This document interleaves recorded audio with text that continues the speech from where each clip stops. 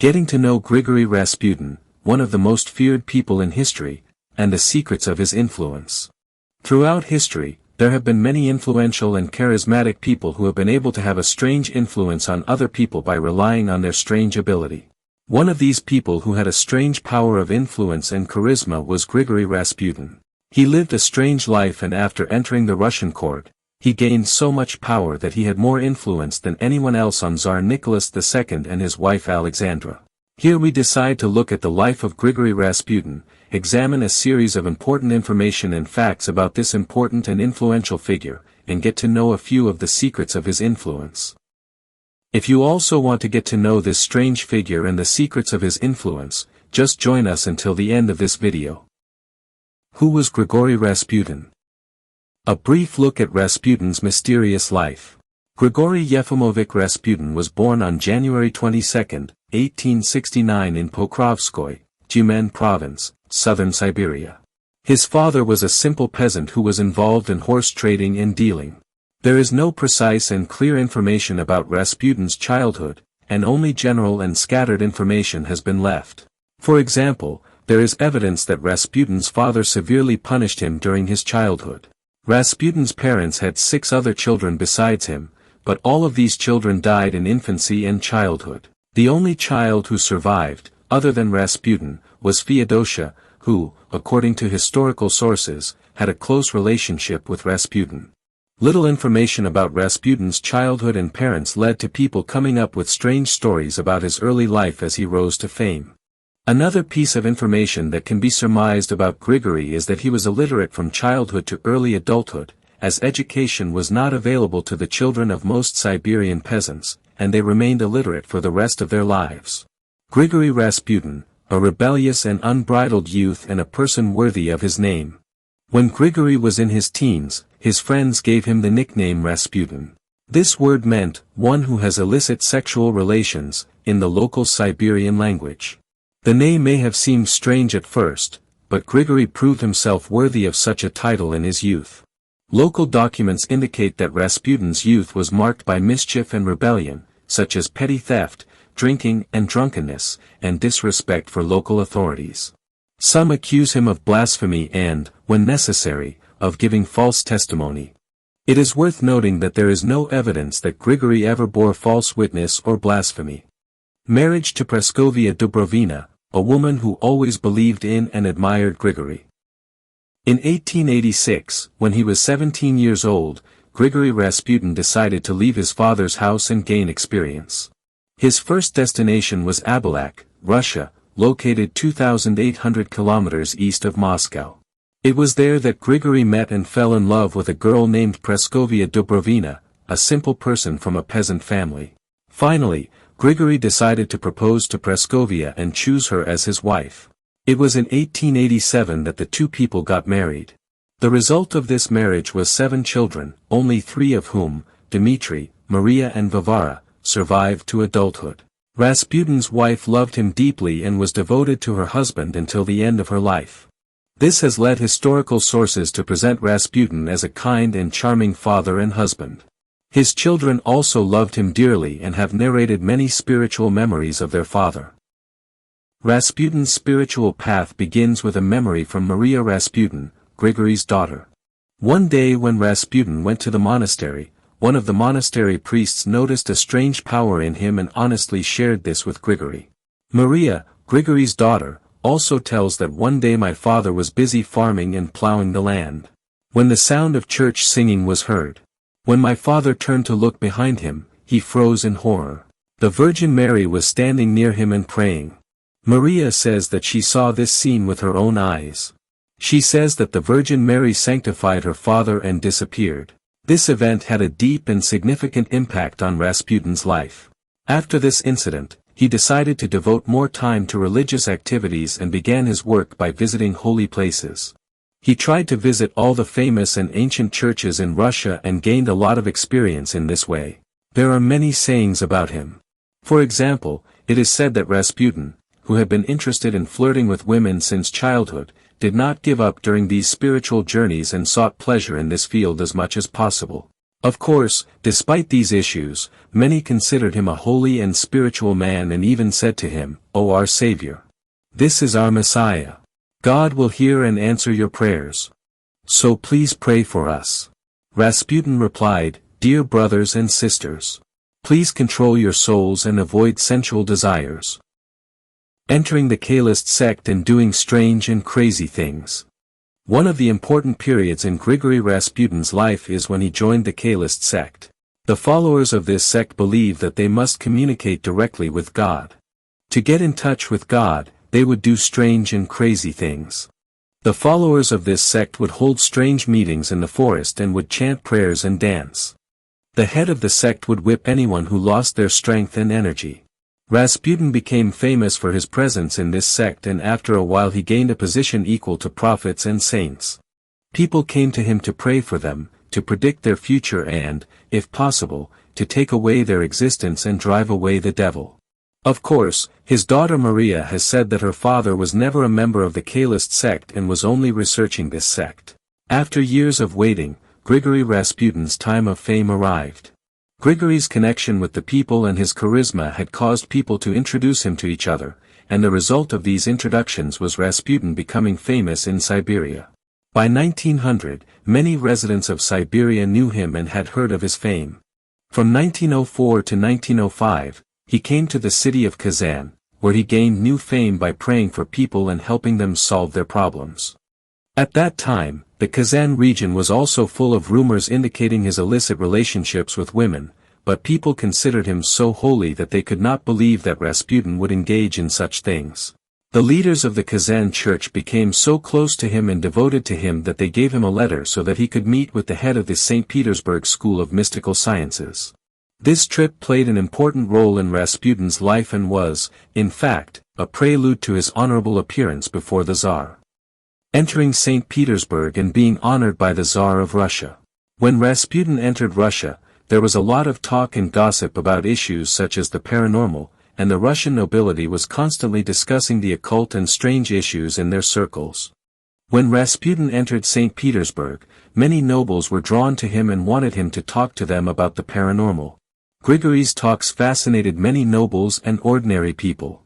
During these conversations, one day Rasputin claimed that the son of Tsar Nicholas II had hemophilia and that the Holy Virgin Mary had informed him of this disease. Interestingly, the court had done everything possible to prevent this matter from leaking out. The court doctors and the most skilled doctors in Russia had been unable to treat the Tsar's son's illness. The priest of the St. Petersburg church, who frequented the court, introduced Rasputin to the Tsar and announced that he could cure the disease. Finally, with the Tsar's consent, Rasputin entered the court and sat next to the crown prince's throne and prayed for his health. From the next day, the crown prince's condition began to improve. Infiltration into the royal family and the rumor of Rasputin's relationship with the Russian Empress. Rasputin worked and prayed only for the health of the crown prince for a long time after entering the court.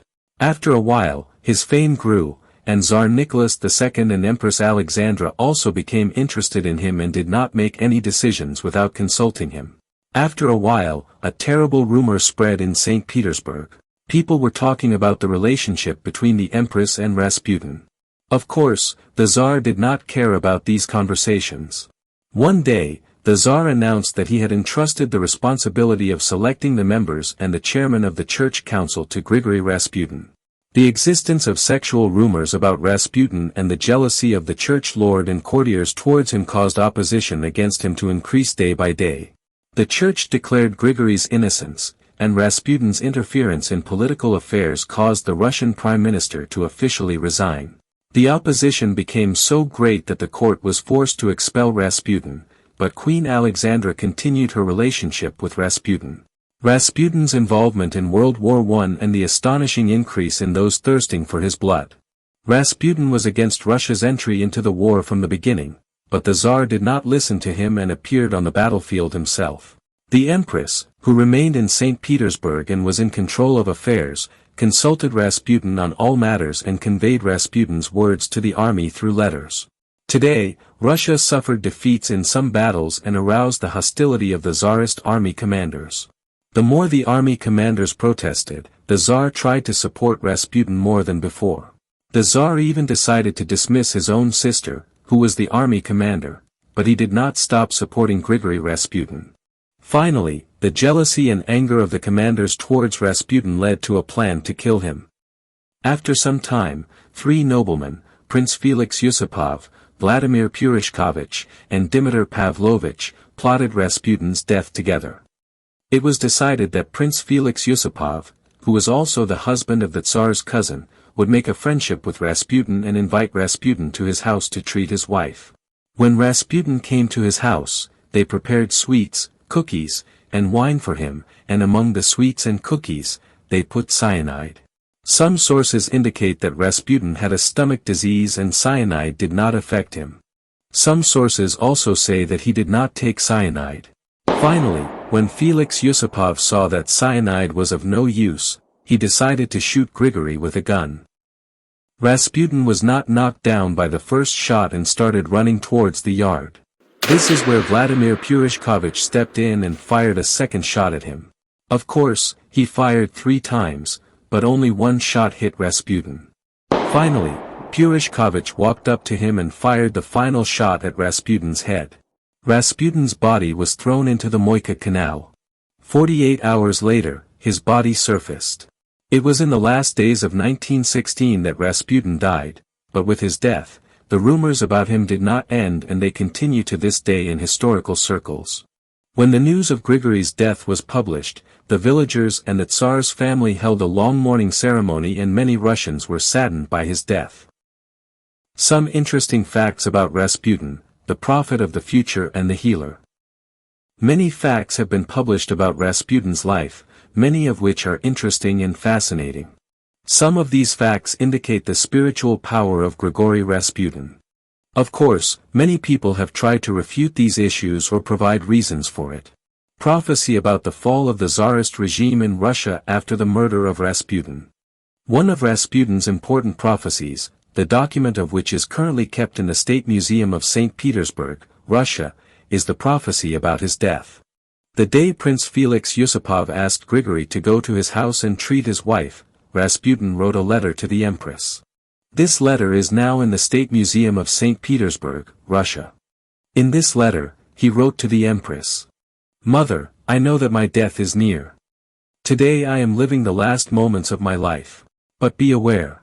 If I am murdered by the villagers, gypsies, and my fellow passengers, know that no danger threatens you and the Russian people, but if I am murdered by one of your courtiers or relatives, know that you, your family, and the entire courtier will not live more than 2 years and will be killed by the Russian people. I love you, Father Grigori Rasputin." It is not clear whether this letter was a prophecy or an implicit and political warning to the government of the time. In any case, this letter has become known as his prophecy. He had also said similar words to Alexei, the son of Nicholas II, the Tsar of Russia. Eventually, his prophecies came true, and about 3 months after Rasputin's murder, the Tsarist regime fell, and a year later, in 1918, the Romanov family was brutally murdered. Rasputin's prophecy of the sinking of the Russian army ship. Another famous prophecy made by Rasputin that came true was the prophecy about the sinking of the Russian army ship. When Grigori went to the high priest of the Russian church, the priest decided to test him to find out if the rumors that people were saying about him were true or if they were an exaggeration. At that time, the Russian army ship was on its way to war with the Japanese army. The priest asked Rasputin to explain the fate of the ship to him. Grigori replied that the ship would sink. Some time passed and the news came that the ship had sunk and the Russian army had been defeated.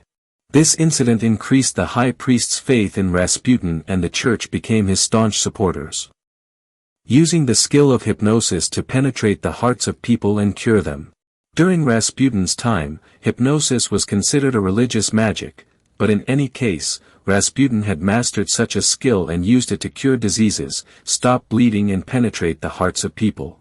It is said that he learned this skill when he was active in the Kahlist sect. It is said that one day the priest of the church came to him, touched Grigori, knelt before him and asked people to ask Rasputin for intercession. Rasputin's secrets of influence. What methods did Rasputin use to influence others? Charismatic personality, the most important secret of Grigori Rasputin's influence. Charisma is one of the elements that existed in Rasputin's personality, and when we look at his pictures, we really feel his charisma very well. Charisma, in simple terms, is a set of characteristics and traits that enable one to influence others. Charismatic personalities are personalities who, relying on the charisma hidden in their being, can communicate with others and influence them. Note that the power of influence of charismatic personalities is not based on reason and logic. An individual's charisma affects the deepest emotional and sentimental levels of others. Charisma is also considered one of the ways to gain social power, and Rasputin used the charisma hidden in his being more than anything else in his relationship with others, influencing people from low and high levels of society. Hypnosis, another important principle of Rasputin to influence others. According to evidence and rules, another method that Rasputin used to influence others was hypnosis. He used this skill on various occasions, such as communicating with the high priest of the Russian Church, the Queen and the Tsar of Russia. Hypnosis is a psychological technique in which people are put into a special state of consciousness through suggestion. Hypnosis did not make Rasputin dominate others, rather, he penetrated the subconscious of others through hypnosis and carried out his suggestions. Today, some experts believe that Rasputin used hypnosis to control people's bleeding and even used this skill to cure the Tsar's son's illness. He also used the combination of hypnosis and his charismatic personality to captivate women. Studies today clearly show that hypnosis can be learned and that this skill can be learned through practice and repetition. Therefore, Rasputin did not do anything special or impossible in this field, and anyone can do it with practice. Austerities and bitterness, one of Rasputin's best-kept secrets. So far, we have talked about two of Rasputin's influential skills that can be easily learned. Another factor that caused Rasputin's strange powers is the austerities he gave himself in the Caelist sect. Ometi lived among the members of that sect, and there he managed to learn important secrets. These secrets had an impact on his influence on others and made him powerful. So far, no one has been able to uncover Rasputin's hidden skills and understand what skills he learned in the Caelist sect. In fact, any human being can equip himself with such skills. The condition for being equipped with these skills is to endure the austerities and hardships that Rasputin endured.